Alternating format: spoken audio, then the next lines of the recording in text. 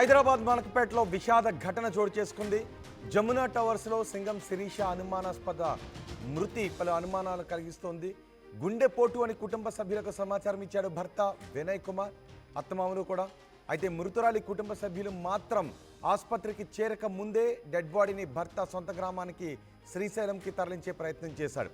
CC footage ద్వారా అంబులెన్స్ను గమనించి మధ్యలోనే అడ్డగించి మృతదేహాన్ని స్వాధీనం చేసుకున్నారు పోలీసులు. తమ కూతుని కొట్టు చంపి ఆ తర్వాత గుండెపోటు అని నాటకమాడారు అంటూ ఆరోపణలు చేస్తున్నారు. చాదర్ఘాట్ పోలీసులకు బాధిత కుటుంబం ఫిర్యాదు చేయడంతో ఇప్పుడు పోలీసులు కేసు నమోదు చేసుకుని విచారణ జరుపుతున్నారు. ఈ ఘటనపై పూర్తి సమాచారం మా ప్రతినిధి పెట్రీషా అందిస్తారు.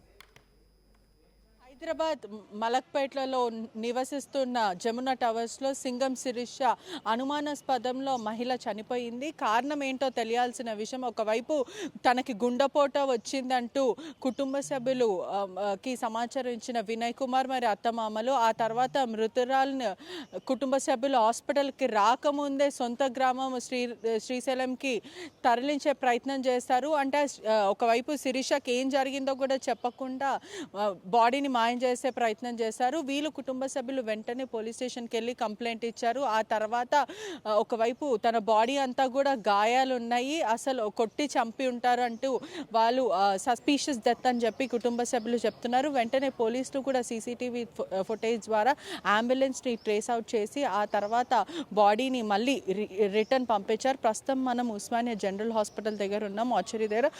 శిరీష కుటుంబ సభ్యులు అందరూ ఇక్కడే ఉన్నారు. మధుకర్ మీరే కదా కంప్లైంట్ ఇచ్చారు. అసలు ఏం జరిగిందంటే అనుమానాస్పద మృతి అని చెప్తున్నారు, మీరేమో కొట్టి చంపుంటారని మీరు అంటున్నారు. అసలు వాస్తవాన్ని ఏంటి? శిరీష మరియు వినయ్కి కూడా లవ్ మ్యారేజ్, సుమారుగా 9 సంవత్సరాలు ప్రేమించుకొని కూడా పెళ్లి చేసుకున్నారు అని తెలుస్తుంది. ఏం జరిగింది అసలు? యాక్చువల్లీ నాకు 10కి కాల్ వచ్చిందండి మార్నింగ్. నాకు చిన్న మేనగోళ్ళు చేసింది, ఇట్లా చెల్లి చనిపోయిందంట ఎల్లు మామయ్య అని చేసింది నాకు. నేను వెంటనే ఏం చేసినంటే మా కోడల నెంబర్కి ఫోన్ చేసిన. వెంటనే కాల్ చేస్తే వాళ్ళ వదినంట ఆమె ఫోన్ పిక్ చేసింది. ఏమైందండి శిరీష అంటే ఇట్లా నైట్ చెస్ట్ పెయిన్ వచ్చింది, ఇట్లా హాస్పిటల్కి తీసుకొచ్చాము అని చెప్పి అని అన్నది. అయితే నేను ఎట్లుందని అడిగిన. లేదండి చనిపోయిందని అన్నది. సరే మేము వచ్చేదాకా ఉండండి హాస్పిటల్ దగ్గర, ఒక 1 అవర్లో వచ్చేస్తా అని చెప్పిన. అన్న తర్వాత ఫోన్ పెట్టేసి మళ్ళీ ఫోన్ పిక్ చేయట్లేదు. ఇక నేను వెంటనే ఏం చేసిన అంటే మా అన్నయ్యకి ఇన్ఫార్మ్ చేసిన, ఇట్లా జరిగిందంటే అన్నయ్య కూడా బయలుదేరాను. ఇటు వచ్చి మధ్యలో ఒక 10 నిమిషాలకి మరి ఉన్నారా లేరా అని ఫోన్ చేస్తే ఫోన్లు పిక్ చేయట్లేదు. ఏం చేసినప్పుడు మెట్రో కేర్ హాస్పిటల్కి కాల్ చేసినాం. రిసెప్షన్ లేపింది. లేపితే ఇట్లా పేషెంట్ ఎవరైనా అడ్మిట్ అయ్యారా అంటే ఎవరు కాలేదు సార్, డెడ్ బాడీనే తీసుకొచ్చారు. వాళ్ళు బయటకి చనిపోయింది. డెడ్ బాడీని తీసుకొచ్చారు, బయటే ఉంది, వాళ్ళు ఇంకా వెళ్ళిపోయేలాగా ఉన్నారు అంటే పిలవండి అని చెప్పినాం. ఒకళ్ళు సేమ్ మళ్ళీ ఆమెనే వచ్చింది. వచ్చి ఇట్లా చెప్పినాం, రిక్వెస్ట్ చేసినాం, వచ్చేసినాం దగ్గర ఒక 30 మినిట్స్ ఆగండి, వచ్చిన తర్వాత బాడీని తీసుకెళ్తారు కానీ అని చెప్పిన. ఫోన్ పెట్టేసింది, కథం బాడీ తీసుకొని వెళ్ళిపోయారు. సొంతూరు ఎక్కడ? మాది వచ్చేసి యాక్చువల్గా పేరెంట్స్కి ఎవరు లేరు, పేరెంట్స్ లేరు. వీళ్ళు ముగ్గురు కూడా మా నాన్నగారే పెంచారు చిన్నప్పటి. ప్రొఫెసర్ దగ్గర ఉంటుంది తన అనాథాన్ని కూడా చెప్తున్నారు. అదే అండి, పేరెంట్స్ ఎవరు లేకపోతే వాళ్ళు పెంచుకున్నారు. పెంచుకున్న తర్వాత నర్సింగ్ చేసేటప్పుడు వేరే వీళ్ళ కొలీగ్ వాళ్ళ అన్నయ్యనే మ్యారేజ్ చేసుకుంది. ఎవరికి అసలు ఎవరికి చెప్పలేదు, మాకు చెప్పకుండా మ్యారేజ్ చేసుకుంది. కాకపోతే మాకు సొంత అవుతారా శిరీష? మీకు మా సొంత అక్కయ్య కూతురు. అడాప్షన్ కి వేరే వాళ్ళు తీసుకున్నారు. పేరెంట్స్ చనిపోయిన తర్వాత తీసుకున్నారు. తర్వాత అది బీఎస్సీ నర్సింగ్ కంప్లీట్ చేసింది, అప్పుడే మ్యారేజ్ చేసుకుంది. ఎవరికి చెప్పలేదు కూడా, చెప్పకుండా మ్యారేజ్ చేసుకుంది. మా ఫంక్షన్ ఏదైనా అయితే వస్తుంటుంది. ఇది హాస్పిటల్ దగ్గర ఏమైందంటే ఇట్లా అవ్వగానే ఏం చేసినాం, వెంటనే మేము వాళ్ళతో మాట్లాడిస్తే మేము వస్తున్నాం ఉండండి అంటే ఫోన్ పెట్టేసింది, వెళ్ళిపోయింది. ఇక వాళ్ళు వెంటనే మేము పోలీస్ కంప్లైంట్ ఇచ్చి మళ్ళీ సీఏ గారిని తీసుకొని పోయి. ఎందుకంత హఠాత్తుగా ఒకవైపు చనిపోయిన తర్వాత కూడా కుటుంబంకి ఇన్ఫార్మ్ చేసి బాడీని అక్కడనే పెట్టుకోకుండా ఎందుకని వాళ్ళు గ్రామంకి తరలించే ప్రయత్నం చేశారు? ఆ బాడీ మీద కూడా చాలా అనేక మార్క్స్ ఉన్నాయి. అయితే యాక్చువల్గా మేము బాడీ చూడలేదు. మాకు వీళ్ళు ఇట్లా చేయగానే డౌట్ వచ్చింది, వీళ్ళు ఏదో చేసి ఉంటారు అందుకని వీళ్ళు క్రిమిషన్కి తీసుకెళ్లారు అని చెప్పి డౌట్ వచ్చే. వాళ్ళ పెద్ద మేనమామని. సో మా బ్రదర్, నేను చర్చ్లో ఉన్నాను, అరౌండ్ 10-12కి నాకు కాల్ వచ్చేది. నేను ఆ చర్చ్లో ఉన్న మిడ్ ఆఫ్ ది చర్చ్ అని చెప్పి మెసేజ్ పెట్టా, ఏమైనా ఎనీ అర్జెంట్ ఉంటే టెక్స్ట్ పెట్టాను. ఇట్లా చనిపోయిందని అన్నారు. అవు అని అన్న. తెలియదు అన్నది. ఎక్కడ ఉందంటే సోన్స్ హాస్పిటల్ అన్నారు.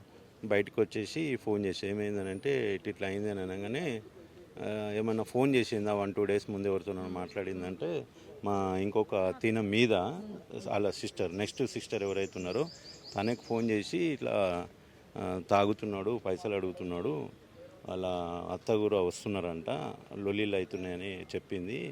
సో నేనే నా దగ్గరికి వచ్చేయమని చెప్పినాను, లొల్లీలు అయితే అవుతున్నాయని చెప్పేసి తిని చెప్పింది అని మా బ్రదర్కి చెప్పిందంట. అనగానే ఇమీడియట్గా నేను ఏం చేశానంటే డౌట్ వచ్చేసి ఏ హాస్పిటల్ ఉందో తెలుసుకొని మా శిరీష నెంబర్కి కాల్ చేయి. వాళ్ళ నెంబర్లు ఎవరివి మా దగ్గర లేవు, ఎందుకంటే మేము వాళ్ళకు కాంటాక్ట్లో లేవు. శిరీష నెంబర్ చేస్తే వాళ్ళ తోడికోడళ్ళు లేపింది, లేపి మాట్లాడడం జరిగింది అన్నట్టు. మేము వాళ్ళకి ఒకటే రిక్వెస్ట్ చేసినాం, ఏదైనా ఉండని అండి, మేము వచ్చేంత వరకు వెయిట్ చేయండి, తర్వాత మీరు ఎక్కడ తీసుకోవాలనుకుంటే తీసుకెళ్ళండి. మేము ఇట్లా సికింద్రాబాద్ నుంచి వస్తున్నాము. అప్పటికే చెప్పారు వెయిట్ చేయండి, బాడీని అక్కడనే పెట్టండి, మేము చివరి చూపు చూసుకుంటామని. మరి ఎందుకని వెళ్ళిపోవాల్సి వచ్చింది? అయితే మాకు నమ్మకం ఉండే, ఫస్ట్ టైం మాట్లాడుతున్నాం కాబట్టి ఉంటారు కదా, న్యాచురల్ డెత్ కదా, వాళ్ళు న్యాచురల్ డెత్ అంటున్నారు కాబట్టి కంపల్సరీ ఉంటారనే ఉద్దేశంతో వితిన్ 20 minutesలో హాస్పిటల్కి రావడం జరిగింది.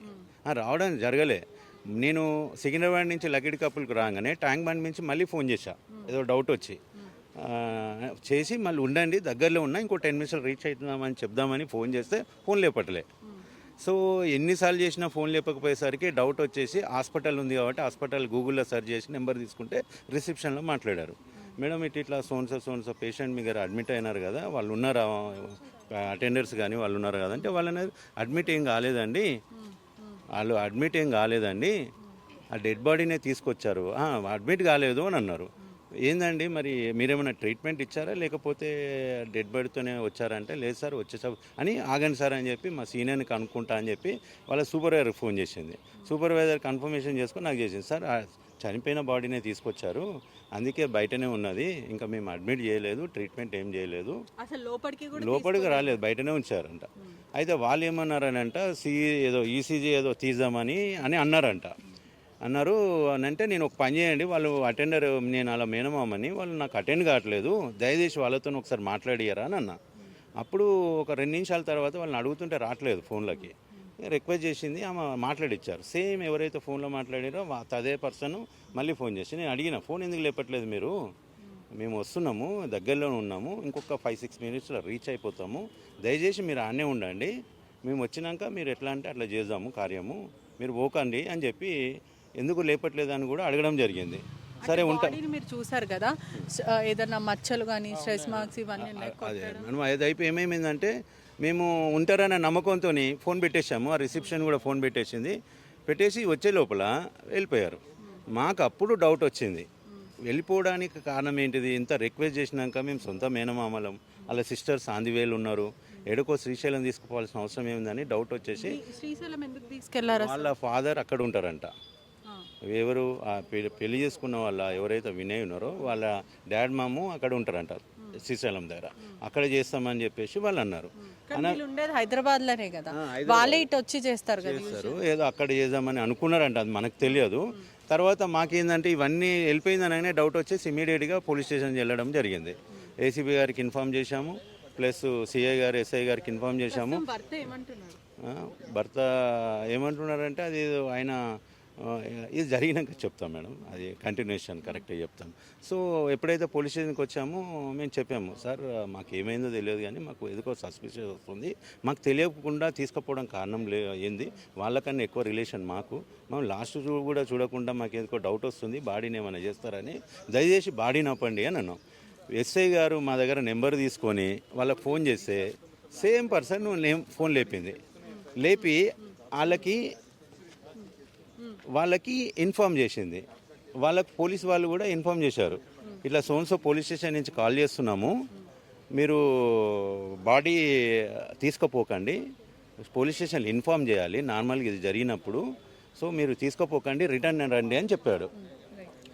అసలు ఏంటి మీకు ఎప్పుడైనా చెప్పిందా శిరీష ఇట్లా వినయ్కి నాకు గొడవలు జరుగుతున్నాయని మాట్లాడుతుంటుందా, మీరు సిస్టర్ కదా, ఏంటి వీళ్ళిద్దరి మధ్యలో ఘర్షణ ఎప్పుడు చోటు చేసుకుంటుంది, అంటే ప్రేమించి పెళ్లి చేసుకున్నారు కదా, ఏంటి వాళ్ళు, ఆయనకి అనుమానం ఎక్కువ ఆవిడ మీద, తాగుతాడు, టార్చర్ బాగా పెడతారు. ఆ అమ్మాయి చెప్పుకోలేని కూడా కొన్ని నాకు సరిగ్గా చెప్పలేదు, కానీ రోజు తాగొస్తాం నిజమే, ఆమెకి టార్చర్ పెడతాం కూడా నిజమే.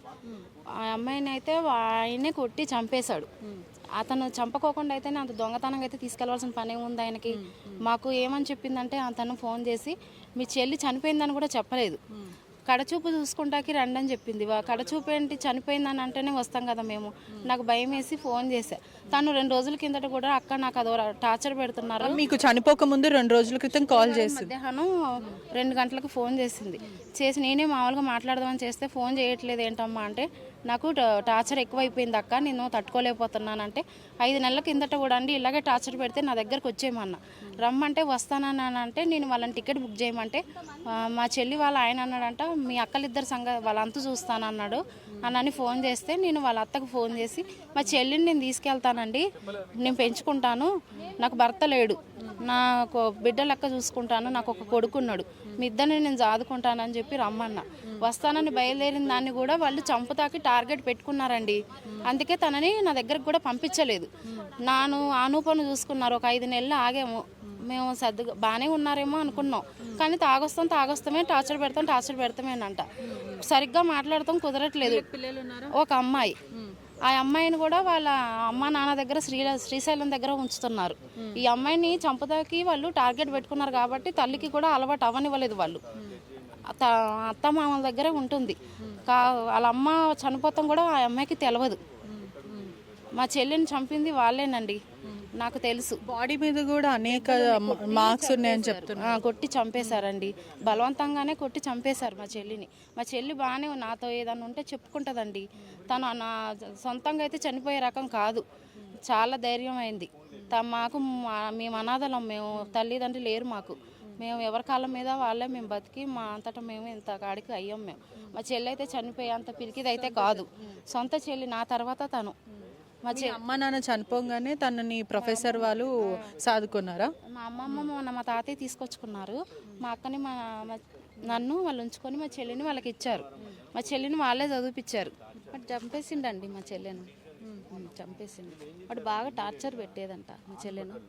ఆ టార్చర్ వాడు ఆడబిడ్డ, వాళ్ళ అక్కలు, వాళ్ళ తల్లి చంపేసిండ్రు. ఇంకా అంతే, వాళ్ళు పెళ్ళి చేసుకున్నారు నమ్మించి చంపేసిండ్రు, దాన్ని మోసం చేసిండ్రు. ఇంకా మాకు దూరం చేసిండ్రు మా చెల్లెని.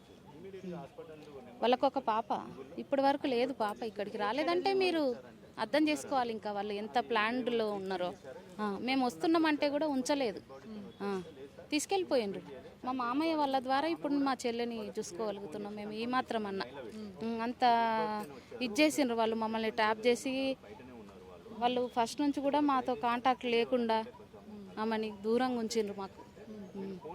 ఏం చెప్పినా ఒకవేళ ఏదన్నా ఇంత చిన్న విషయం జరుగుతుంది, ఇట్లా గొడవలు అవుతున్నాయి అని చెప్తే మస్తు టార్చర్ చేసేదంట వాడు.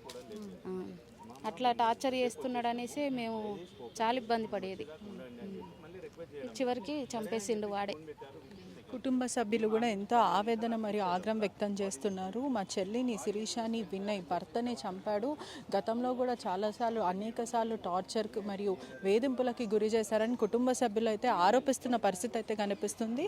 మరోవైపు కూడా అంటే చివరి చూపు చూసుకొని ఇవ్వకుండా బాడీని కూడా శ్రీశైలంకి పంపించే ప్రయత్నం చేశారు. ఎందుకని అంటే కుటుంబ సభ్యులు వస్తున్నారు, ఆ తర్వాత కార్యక్రమం కలిసి చేసుకుందాము, మీరు అక్కడనే ఉండని మేము వస్తాం అన్న తర్వాత కూడా వాళ్ళు మాట వినకుండా వీళ్ళు ఇక్కడ నుంచి హైదరాబాద్ నుంచి శ్రీశైలంకి షిఫ్ట్ చేసే ప్రయత్నం చేశారు. మరోవైపు కూడా హార్ట్ అటాక్తో చనిపోయింది అంటూ వాళ్ళు చెప్తున్నారు, భర్త మరియు వాళ్ళ కుటుంబ సభ్యులు చెప్తున్నారు. కానీ బాడీ మొత్తం కూడా మార్క్స్ అంటే దెబ్బలు తగిలిన మార్క్స్, మొత్తం రెడ్ మార్క్స్ అంటే ఘర్షణ చోటు చేసుకున్న దెబ్బలతో తనుంది. కుటుంబ సభ్యులు కూడా ఎంత ఆవేదన వ్యక్తం చేస్తున్నారు. మా చెల్లిని భర్తనే చంపారు, అతనే వినయ్ మా చెల్లి భర్తనే చంపాడు, టార్చర్ పెట్టాడు, అనేక సార్లు వేధింపులకు గురి చేసి మద్యానికి బానిస అయ్యి అతను ఇదంతా చేశారని చెప్తున్నారు. మరోవైపు కూడా పోలీసుల పంచనామా అయితే జరుగుతుంది. ఒక్కసారి మనము విజువల్స్లో చూస్తే కూడా మార్చరీ దగ్గర అయితే ఉన్నాము. భర్తని కూడా పోలీసులు ఏదైతే సీసీటీవీ ఫుటేజ్ ద్వారా అంబులెన్స్కి కాల్ చేసి మరి వీళ్ళు కాల్ చేసినాక కూడా వాళ్ళు రెస్పాండ్ అవ్వకపోవడం, ఆ తర్వాత పోలీసులు కాల్ చేసి సీసీటీవీ ద్వారా అంబులెన్స్ని ట్రేస్ చేసిన తర్వాతనే వీళ్ళు మళ్ళీ రిటర్న్ రావడం జరిగింది. మరోవైపు ఇద్దరు దంపతులకు కూడా ఒక పాప ఉంది, ఆ పాప ఎక్కడా అనుకుంటూ కుటుంబ సభ్యులు ప్రశ్నిస్తున్న పరిస్థితి అయితే కనిపిస్తుంది. ఒక్కసారి భర్త ఉన్నారు, భర్తతో మాట్లాడే ప్రయత్నం అయితే చేద్దాము. అయినా కుటుంబ సభ్యులు అందరూ కూడా మీరు మర్డర్ చేశారు, అనేకసార్లు వేధింపులకు గురి చేశారు, కొట్టి చంపారని చెప్తున్నారు. అసలు మీకు శిరీషకి ఏంటి ఘర్షణ చోటు చేసుకుందా, తను ఎలా చనిపోయింది? అది మేము మాట్లాడదాం మేడం. నేను కొట్టి చంపిన అనేది రిపోర్ట్లో వస్తుంది, దానికి క్లియర్ అవుతుంది. మీరేం చెప్తారు? అంటే ఆరోపణలు చేస్తున్నారు వాళ్ళు, నిజాలేంటో అది పోలీసుల ఇన్వెస్టిగేషన్లో తెలుస్తుంది. మీరేం చెప్తారు? అంటే మీరు ప్రేమించి పెళ్లి చేసుకున్నారు శిరీష అని. ప్రేమ పెళ్లి అన్నది ఎవరు? ప్రేమ సభ్యులు వాళ్ళు వచ్చారా ప్రేమ పెళ్లికి? ప్రేమ పెళ్లి కాదు, ప్రేమ పెళ్లిని ఎలా అంటారు? కొట్టి చంపామంటున్నాము కదా, ప్రూఫ్ చేయమని చెప్పండి, మాకు శిక్ష చేయించామని. ఎలా చనిపోయింది తను? తనది హెల్త్ బాగాలేక చనిపోయింది. హార్ట్ అటాక్ లాగా అనిపించింది, చెస్ట్ పెయిన్ అనిపించింది. మరి తన ఒంటి నిండా గాయాలు ఉన్నాయి కదా మొత్తము. తెలియదు, ఇప్పుడు మేము వీళ్ళు చూపిస్తుంటే మాకు తెలుస్తుంది, కానీ అంటుంటే చెప్తుంటే వింటున్నాం, కానీ మాకైతే తెలియదు. మీరేం చెప్తారు? మీ భార్య చావుకి మీరే కారణం అంటున్నారు, ఏం చెప్తారు? అసలు మీరు బాగానే ఉంటుండేనా? మీరు మధ్యానికి ఆరోపణలు నింపుతున్నారో ఎవరైతే ఉన్నారో వాళ్ళ ప్రెజర్ వల్లనే అమ్మాయి చనిపోయిందని మేము అనుకుంటున్నాం. అందుకే call list, messages, WhatsApp messages, call list అన్ని వస్తే తెలుస్తుంది. వాళ్ళ ఇంటి ఫైనాన్స్ పరంగా ఏమన్నా ప్రెజర్ అని ఏమన్నా స్ట్రెంత్ గురై చనిపోయిందేమో అని నాకు డౌట్. అమ్మాయి కాల్ లిస్ట్ కూడా తీసి మా ఫ్యామిలీ వాళ్ళ ఫ్యామిలీ ఎవరెవరు ఉన్నది మొత్తం తేలితే కన్నా ఒక కన్క్లూడ్ వస్తుంది మేడం. అంటే మీరు బాగుంటుండేనా? మీరు ఇద్దరు దాంపత్య జీవితం బాగుండేది? అసలు నేను అట్లా వాళ్ళని ఇంటి పక్కన జమునా టవర్స్ లో కూడా చూసుకుని నా ఫ్రెండ్ సర్కిల్ ఎవరైనా చూసుకుని అట్లా చేసుకుని. మీరు మద్యం దాగి ఎప్పుడు తనని కొట్టడం కానీ వేధింపులకు గురి చేశారా? ఇంకా అట్లా ఉంటే కొడితే మేడం ఈ రోజుకి నా మీద ఒకవేళ మా చుట్టుపక్కల ఏదో ఒక ప్లేస్ లో ఒక రోజన్నా ఉండేది కదా. ఓ రోజు ఏదో ఒక రోజు ఇన్నిసార్లు నేను మద్యం దాగి కొడతా ఉంటే ఒకసారిగా స్టేషన్కి పోతారు కదా. మరి కుటుంబ సభ్యులు చనిపోయిందని మీరు ఇన్ఫార్మ్ చేసిన తర్వాత మీరు అక్కడనే ఆగండి, మేము వస్తాము, చివరి చూపు చూసుకుంటాం వాళ్ళు చెప్పిన తర్వాత మీరు ఎందుకు వెళ్ళిపోయారు? మేడం చెప్తానండి మేడం, వాస్తవంగా వాళ్ళ అక్క తెలుసు ఏది మ్యారేజ్కి రాలేదు. ఆ మ్యారేజ్ అయిన తర్వాత నేనే వాళ్ళ ఊరు తీసుకెళ్ళిన అమ్మాయి అడిగితే, మా అక్కని చూస్తా ఒకసారి ఇంటికి తీసుకో అంటే 2 డేస్లోనే తీసుకున్న. ఆమె పరిచయం, ఆమె వస్తుండే మన జమునా టవర్స్కి, మా రూమ్కి మా పిలిపించేది. వాళ్ళ టికెట్ నేనే బుక్ చేసేటోని, మా అప్ అండ్ డౌన్ నేనే చేసేటోని, ఖర్చులకి డబ్బులు కావాలన్నా ఇచ్చేటోని. నైట్ పూట వచ్చినప్పుడు ఆమె 1000 పెట్టుకో 1500 పెట్టుకోమా ఉంచుకో ఊరిపోతే నేనే ఇచ్చేటోని, పంపించేటోని. ఆమెకి ఇన్ఫామ్ చేసినాం, ఎందుకంటే బాధ్యత జరిగింది దాని. మరి వాళ్ళు వస్తా అన్న తర్వాత కూడా మీరు ఎందుకని ఉండలేరు, ఎందుకు వెళ్ళిపోయారు? మేడం ఊరి దగ్గర రండి, పాప ఉంది, ఊరి దగ్గర రండి. ఎందుకంటే మా బంధువులు మా వాళ్ళకి ఆల్రెడీ ఇన్ఫర్మేషన్ ఇచ్చినాము, మీకు కూడా ఇస్తున్నాము. ఆడ రండి చూడండి. ఇప్పుడు ఎక్కడ జరిగినా ఆడైనా విషయము అదే ఉంటుంది, ఇక్కడైనా అదే ఉంటుంది. అంటే పోస్ట్ మార్టం జరగకుండా మీరు ఎందుకు తీసుకొచ్చేస్తారు? దగ్గరలో వాళ్ళు వచ్చి వాస్తవంగా ఆ రోజు ఉంచి పోస్ట్ మార్టం చేపిద్దామని ఉన్నాం, అక్కడే చేపిద్దామని ఉన్నాం మేడం. ఎందుకంటే వాళ్ళు వచ్చి వెళ్ళలే కదా మేడం, నేను ఊరు వెళ్ళినప్పుడు రిటర్న్ అయినా కదా. నేను ఊరికి నుంచి మధ్యలోనే వద్దు ఉండి సార్ వాళ్ళు ఉండి వద్దు వెనక్కి రండి అదంటే వెనక్కి వచ్చేసాను. వెనక్కి వచ్చిన తర్వాత ఉస్మానియాకి తీసుకొచ్చాను. ఈరోజు 10 o'clock రమ్మన్నారు, చూస్తున్నాం మేడం. మరి పాప ఎక్కడ ఉంది? పాప దోల్పేట ఇంటి దగ్గర ఉంది మేడం, దోల్పేటలోనే. మా అమ్మ ఇక్కడికి తీసుకురాలేరు? ఇక్కడికే మేడం, రేపు సండే ఆల్రెడీ కారు ఊరి దగ్గర ఉంది మేడం. డ్రైవర్ని కూడా మాట్లాడినా వెళ్ళి తీసుకొని రమ్మని. ఈ లోపు ఇది జరిగితే డ్రైవర్ని ఆఫ్ చేసిన. మీ తల్లి చనిపోయే టైంలో పాప లేదు అక్కడ మీ ఊర్లో? 1 week 10 days. కుటుంబ సభ్యులు మాత్రం ఇదంతా ప్రీ ప్లాన్ మర్డర్ అని అంటున్నారు. కుటుంబ సభ్యులు మొత్తం కూడా ప్రీ ప్లాన్గా, అందుకే పాపని శ్రీశైలంలో పెట్టారు. ప్రీ ప్లాన్గా ఇతను కావాలనే కక్షపూర్వకంగా మర్డర్ చేశారని అంటున్నాను. ఓపెన్ ఛాలెంజ్ నిరూపించండి. ఓపెన్ ఛాలెంజ్ వదిలేసేనా? పాప ఎన్నోసార్లు ఊరు వెళ్తుంటుంది, ఆమె కూడా తెలుసు. నిరూపించండి. సరే బతికిలేదు, అమ్మాయి బతికిలేదు, అమ్మాయికి తెలుసు. శిక్ష చేయండి అంటున్నారు. ఓపెన్ ఛాలెంజ్, మాది తప్పుండి మేము ఇది చేసిన వాళ్ళం అయితే కాలేజ్ మొత్తం చేయండి మేడం. మా సిస్టర్ మేడం, నేనే పెళ్లి చేసింది, నేనే చూసింది. ఆమె నా ఫ్రెండే, 14 years నాకు పరిచయం. పెళ్ళి 9 ఏళ్ళు అయింది, ఇప్పటి వరకు ఎట్లాంటి గొడవ లేదు, ఏమి లేదు. Sudden death. అంటే చనిపోక ముందు 2 రోజుల ముందు వాళ్ళ సిస్టర్కి కాల్ చేసి భర్త నన్ను వేధిస్తున్నాడు, మద్యం దాగి నన్ను చాలా టార్చర్ చేస్తున్నాడు అంటూ వాళ్ళ కుటుంబంకి చెప్పిందని వాళ్ళు చెప్తారు. చూపించారు, కాల్ లిస్ట్ తీసి మొత్తం చేయించండి, మేము ఓకే దాన్ని చేసిందా లేదా నేను ఈ రోజు చేసిన అనేది వాళ్ళని చూడమనండి, మాట్లాడదాం మేడం. మొత్తం మీద చూసుకుంటే కూడా కుటుంబ సభ్యులు మాత్రం భర్తనే చంపుంటారంటూ ఆరోపిస్తున్నారు. భర్త మాత్రం నాకు ఎటువంటి సంబంధం లేదు, చాలా న్యాచురల్ డెత్ అంటూ భర్త అయితే చెప్పుకొస్తున్నారు. కుటుంబ సభ్యులు మాత్రము ఆరోపిస్తున్నారు భర్తనే చంపి ఉంటాడు, ఎందుకంటే వాళ్ళ వేధించాడు, అనేకసార్లు మద్యం తాగొచ్చి టార్చర్కి గురి చేశారు. ఒకవైపు చనిపోయిన తర్వాత కూడా మాకు ఇన్ఫర్మేషన్ ఇచ్చి బాడీని శ్రీశైలం తీసుకెళ్లే ప్రయత్నం చేశారు, కానీ మేము వస్తున్నామంటే కూడా వాళ్ళు ఆగని పరిస్థితి అయితే ఉందంటున్నారు. మొత్తం మీద కూడా 2 ఆన్సర్లు కనిపిస్తున్నాయి. కనిపిస్తున్నాయి. పొంతనలేని క్వశ్చన్స్, పొంతనలేని సమాధానాలు అయితే కనిపిస్తున్నాయి. నిజాలు ఏంటో అనేది పోలీసులు నిర్ధారించాల్సిన విషయం. చాదర్ఘట్ పోలీసులు కేసు నమోదు చేసుకొని అయితే పూర్తిగా పంచనామా రాసుకుంటున్నారని మొత్తం మీద తెలుస్తుంది. ప్రపంచంలో ఏ మూల ఏ క్షణం ఏం జరుగుతుందో వేగంగా తెలుసుకోవడానికి తొలి వెలుగు వాట్సాప్ ఛానల్ని ఫాలో చేయండి.